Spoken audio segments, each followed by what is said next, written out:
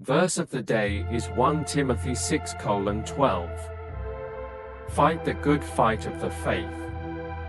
Take hold of the eternal life to which you were called when you made your good confession in the presence of many witnesses.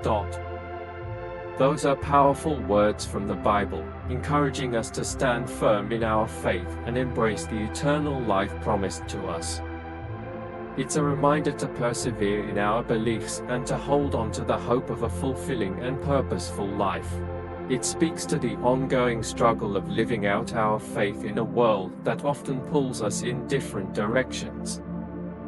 Fight the good fight of the faith suggests a battle, not against flesh and blood, but against spiritual forces of darkness.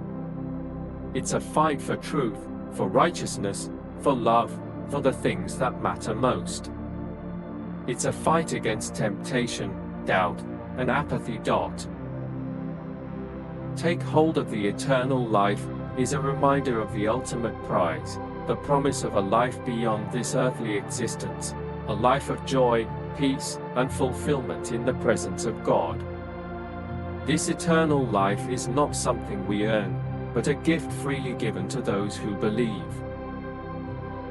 You were called when you made your good confession in the presence of many witnesses, speaks to the moment of our conversion, the moment we acknowledged our faith publicly. This confession is not just a one-time event, but a continuous act of living out our beliefs in the world. This verse is a call to be bold. Don't be afraid to stand up for your faith, even when it's unpopular. Be courageous, face challenges with strength and resilience, knowing that God is with you. Be hopeful, hold on to the promise of eternal life, a life of joy and purpose.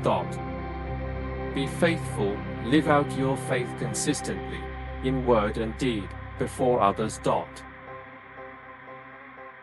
It's a reminder that our faith is not just a personal belief, but a call to action, mission to share the love and truth of God with the world around us.